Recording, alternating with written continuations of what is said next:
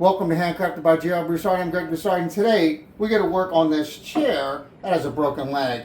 The customer wants me to turn a new leg for him, drill the holes in the leg, and color the leg, and the customer's going to put it on himself. I've got a few pieces of stock oak, and from these, I'm just going to guess by looking at the three of them, this is probably the best one that I'm going to use. I'm going to cut this down the size, and we're going to turn in the leg.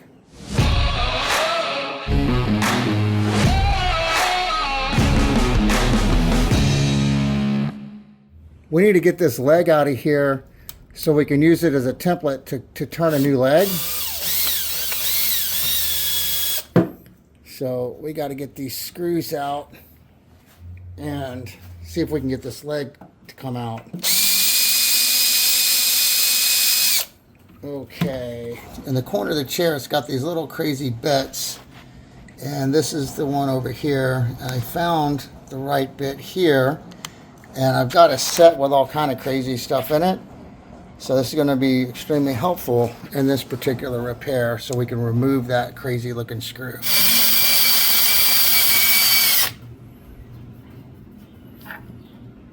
Okay.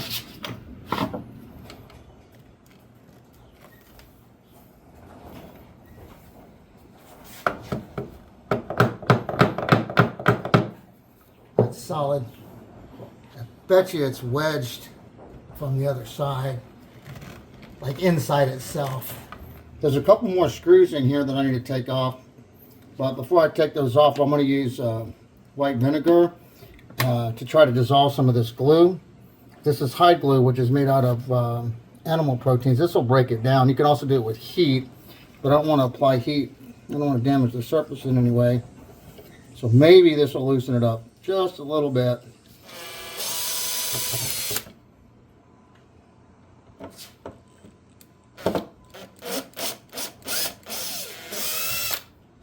Starting to separate right here.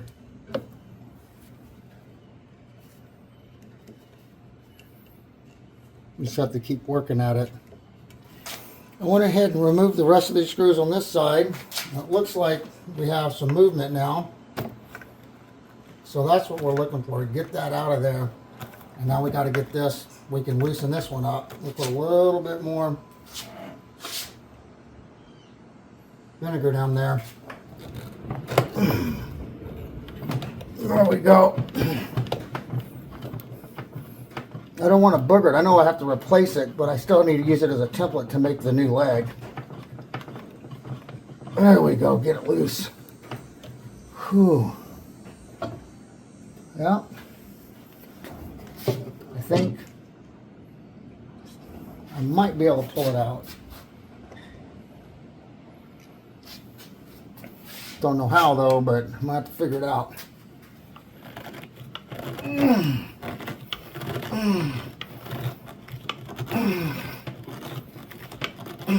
So this is what I thought would be the problem right here.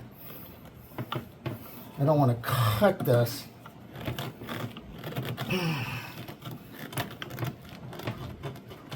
There we go.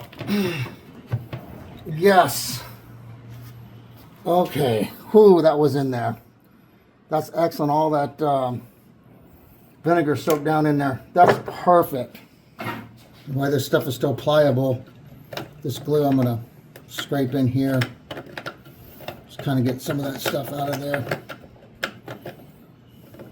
Little homemade little scraper I made from a old table saw blade. Now I checked this and the fiber's still squished together.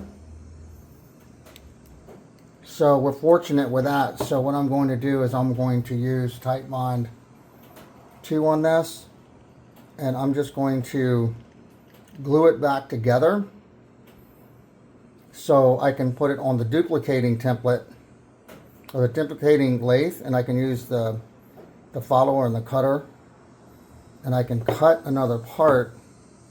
And it really doesn't really matter if this is pretty or not, just as long as it will hold together. The issue that I have now is I can't cut it today. I'm going to have to wait overnight for me to be confident for this thing to have enough strength to work its magic. So if I can line those fibers back up, there we go. I'm just going to put a tiny bit of pressure on here.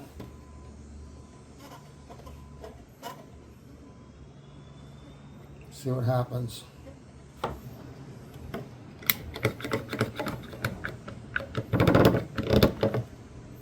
Okay, I'm not going to mess with that. I've waited overnight, and hopefully this will be together enough where we can couple it.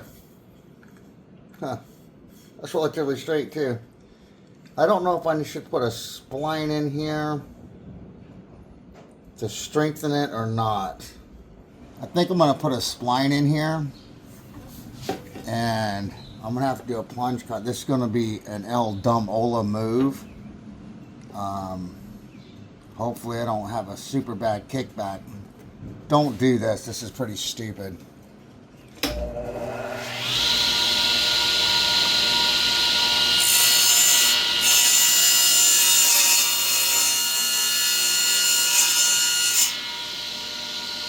So I'm going to put a spline in here just to strengthen this a tiny bit. I probably don't even need to, but I'm going to do it anyway. I have my spline cut. I just need to cut the curvature on it so it fits in there. And then while this dries, I'll set up the duplicator on the lathe. So I just put little tick marks, and I'm just going to follow this curve just like this. Connect the dots.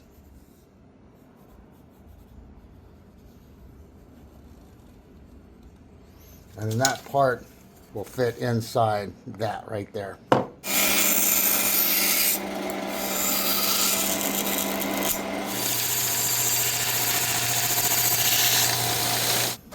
This might be overkill, but you know, I don't want it coming apart while I'm duplicating it.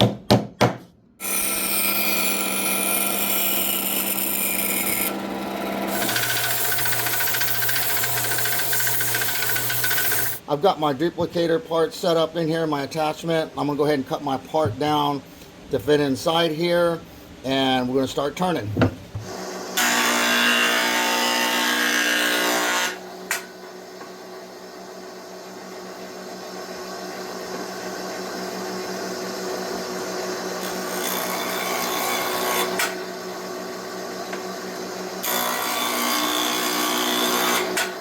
If you're not familiar with this machine, it's called a joiner, and there's blades that rotate in here, and right now this bed and this one are at a 90-degree angle.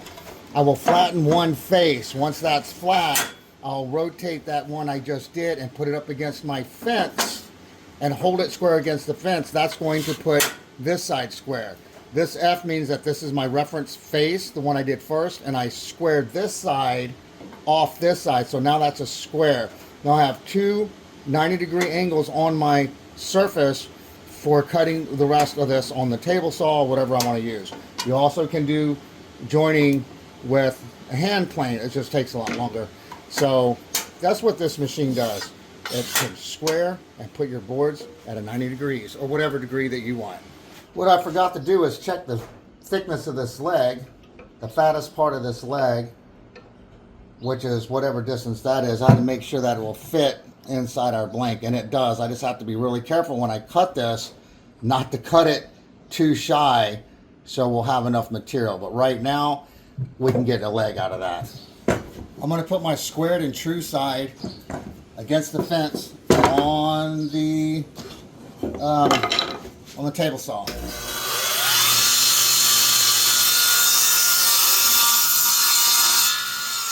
We need to cut our blank to the length we want it.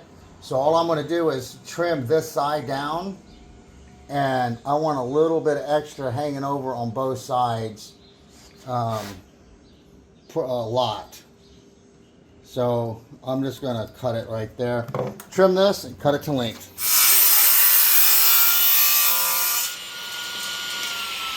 I want to make sure that my part, I know it will, but just to make myself feel better, I'm going to make sure that it fits. So I've drawn, scribed a line into this wood, and I measured it, and it is the right size for the part, and it looks like it'll fit.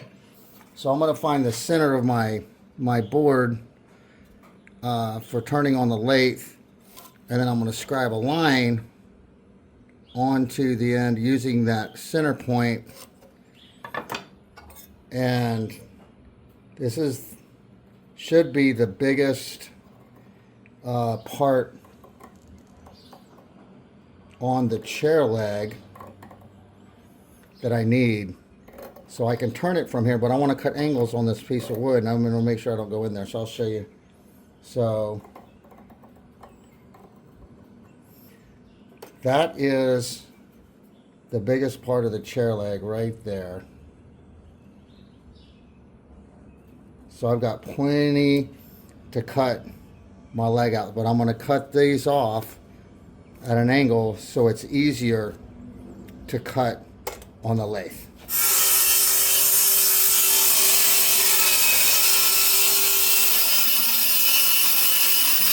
That is so sketchy running it through like that, because eventually you have no stability on the bottom part to run it through, and I hate doing that. Proper way to do it was to make a jig for it, but man, anyway, I got it cut. I got it kind of rounded.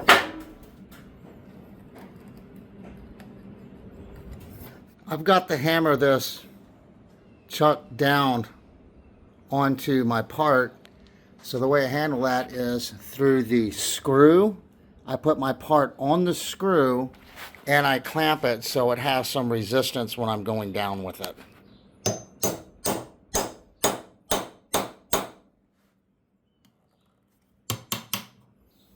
Okay, I'm going to cut my little groovy slots in there.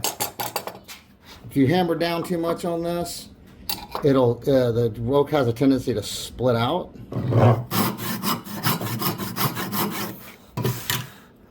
Now this will have some place to set in there without splitting, I'm hoping.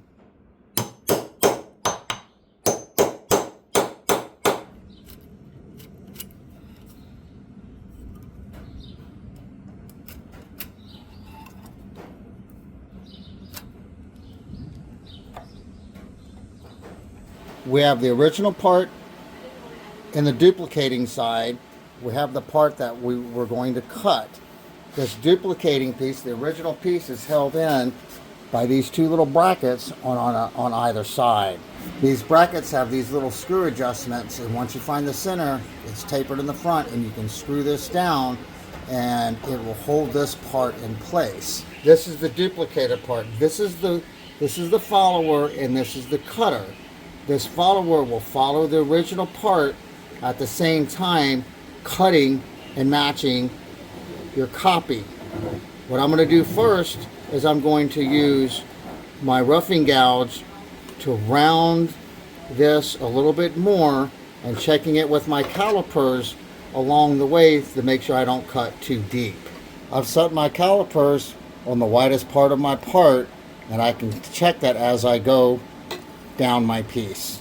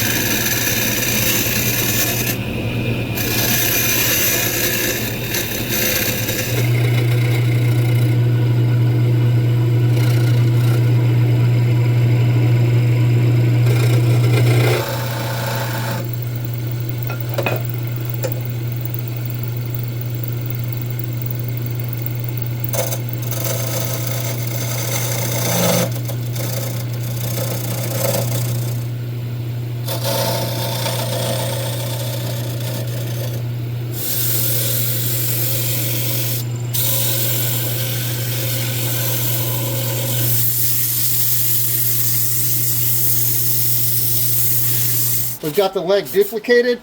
Now we've got to drill the holes at an angle in the leg, so when the customer assembles it, they'll be at the right angle and the right size and all that. And I finished it out with a piece of 220. So we were successful at making that leg. Looks really good. The leg came out really nice, matches up really well. Now we'll have to cut the ends off and put the tenon on the side that goes into the chair. And this will be the bottom of the chair here. And we'll drill the angle hole in there. And this will be a completed project, and we'll give it back to the customer and they can install it. So it looks pretty good, matches up really nicely. So that is how long the leg is right there. We'll cut this off and make a tenon. I already started cutting the shoulder here, and this part will be this part. I'll just come in from the end with a marking gauge and mark where that cut needs to be. And score me a line. So that should be all the way around. And just so I can see it, I'll pencil it, and I'll cut this off, and we'll make a tenon right here. I'll be using what's called a bench hook to cut this with, and I'll hold it down with one of my holdfasts so it doesn't move. And there's a little extra sticking out here, so when I go over my saw, I don't cut my cutting into my bench. This thing's kind of at an angle, so I'll angle my saw just a tiny bit, and I will cut on my line. It's going to be a tiny bit long, but I can adjust that later. I'd rather be long than short. I'm just going to follow my line on the side that I can see on this side, creating a curve into the piece.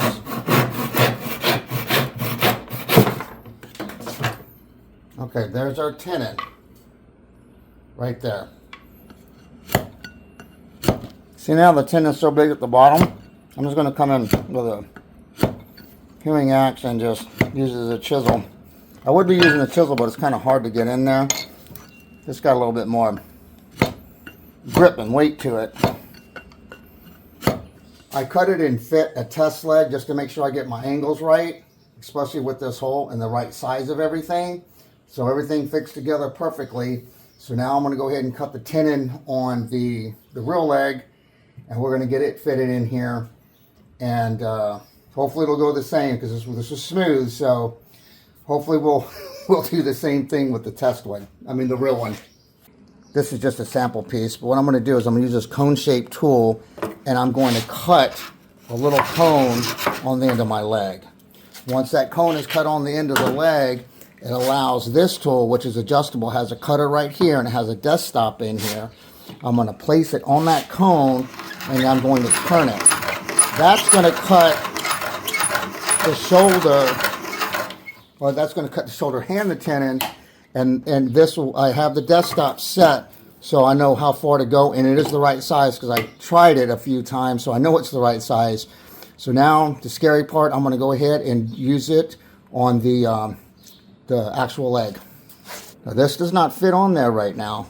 It's too big. I turned it a little bit too big, and I hewed it down with the axe a little bit just so we can get this other tool on there. And I'll cut the cone on here, the little taper, just where my other tool will fit on. I'll just keep doing that. It doesn't fit yet. I just want to keep an eye on it.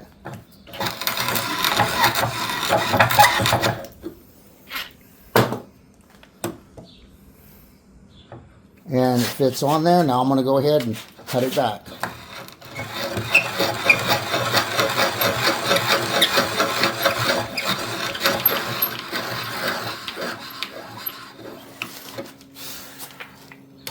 Okay, you can see how it came down, left a nice clean shoulder, and this part will fit inside our leg. Knowing that this is at the right height from the base where that hole starts, I'm just going to mark onto my workpiece the angle that this is in there, and I'll transfer that line around to the front of the piece, just like this. The way I did this before is I just got my headset, and I just followed the contour of that line, just like this. on both of them. And I'll put it back in there and check that to make sure that's right. And this is where we'll drill the hole in between here. Now, those are my marks. It'll wrap around, and it appears to me that the center of that will fit right in between right there. That's what we're going for, right there. This is my jig for making that hole in it, and what I've done is I put a stop down here so the piece won't slide with that little screw. I did with a hollow plane. I planed this out just a little bit so it'll be a round surface on there. I cut this to the right angle. This will fit inside here, and it won't slide. I just have to hold it steady and drill.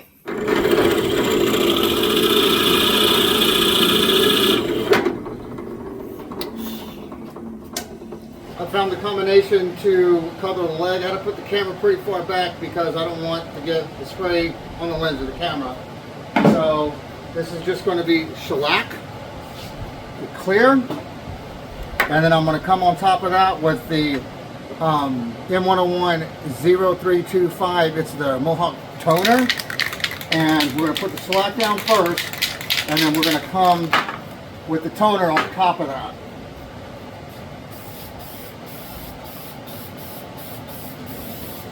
That's a couple coats of shellac, and I've just got the dowel in here for keep the shellac from going into the mortise, and I taped the tenon so nothing will get on that, so it'll be a nice good clean gluing surface.